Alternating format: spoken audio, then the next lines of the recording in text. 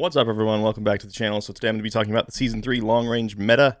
Overall, it's not a whole lot different than it was before Season 3 came out, but there are a couple things I want to talk about that are a little bit unique.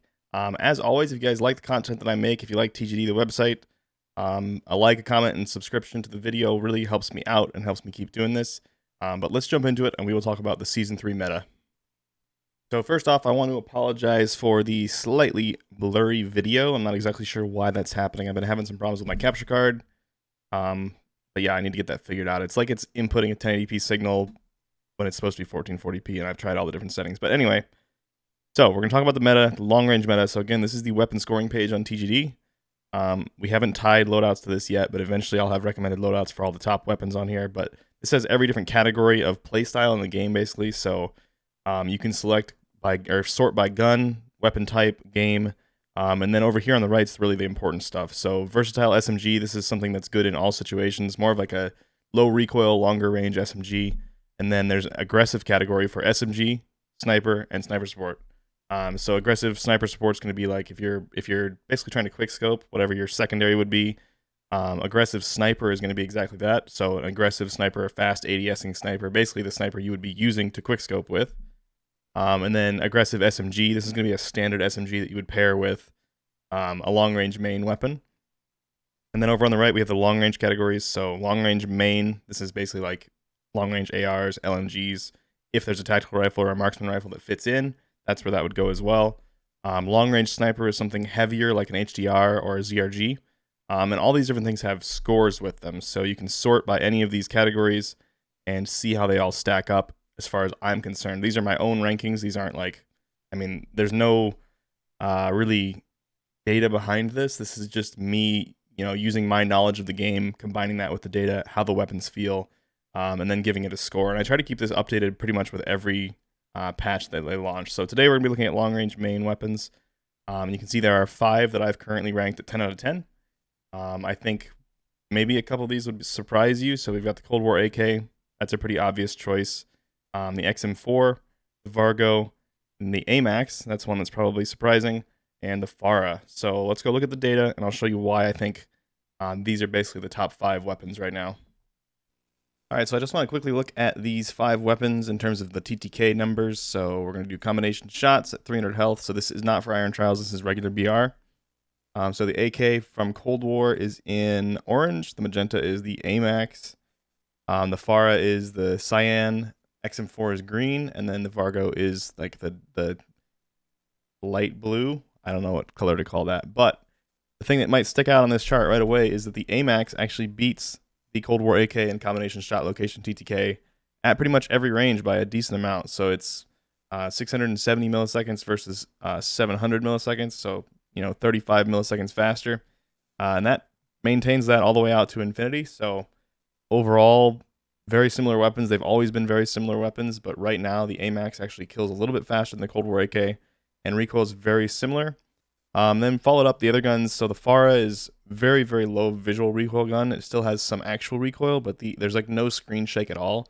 And we're going to talk about that in a second because I've been working on some really cool projects to try to quantify visual recoil. If you follow my Twitter, you've probably seen it, but I know a lot of you probably don't. So we'll talk about that in a second. But the FARA is the cyan line, green line, XM4, and then the Vargo is the blue line. So in the first damage range, all 3 of those guns pretty much are identical, like 10 milliseconds difference, no real thing to talk about there.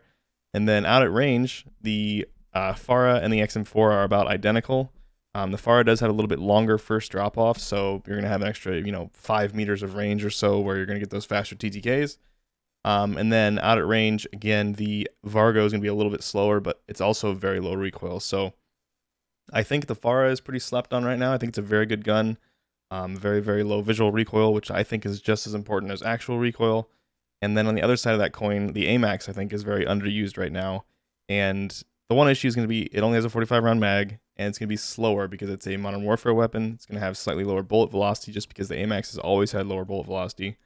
But these TTKs are very good, and I think that's enough to put it basically in the meta as one of the top weapons. But yeah, I think if you're looking for something that other people don't use very much right now that's really good, the AMAX and the FARA probably are the top. If you're looking for something that's just consistent and great everywhere, you can't go wrong with AK, the XM4 or the Vargo. There's just really not a whole lot else that competes right now, in my opinion. I mean, there's some things that have great TTKs, like the PKM. Like I keep getting the PKM mentioned to me, like, yeah, it has great TTKs, but it's like, it's just not a weapon that you can practically use in a real sense because the reload time is so bad, the movement's so bad. It's just not quite where it would need to be to actually be a meta weapon. But yeah, let's go look at recoil real fast. So looking at the recoil charts on here, these are fully built out. So basically you can see that the Cold War AK, the thing that's really important about this is the recoil rate. So that's the pixels per second of climb. So that's how fast it climbs up your screen, and that depends on the fire rate of the weapon. So obviously if a gun shoots super, super slow, but has a ton of recoil on the wall, that doesn't matter because it's shooting so slow that you have time to correct for that and move your mouse or hold your thumbstick down. So recoil rate is really a lot more important than the actual recoil on the wall.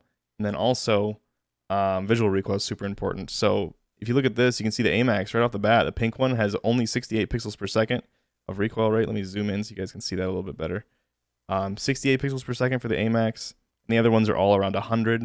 It looks like the Vargo for some reason didn't get the attachments added on here, but the Vargo is going to be very similar to these other three. It's going to be a little bit higher than the AMAX, but lower than the other ones. But again, the AMAX, even though it has a really low recoil rate, the actual recoil you have to correct for, there's a bunch of visual bounce and a bunch of vertical visual bounce. So we're going to go look at that, and I'll show you guys this really cool thing I've been working on. All right, so visual recoil is something that has always been kind of like a thorn in my side.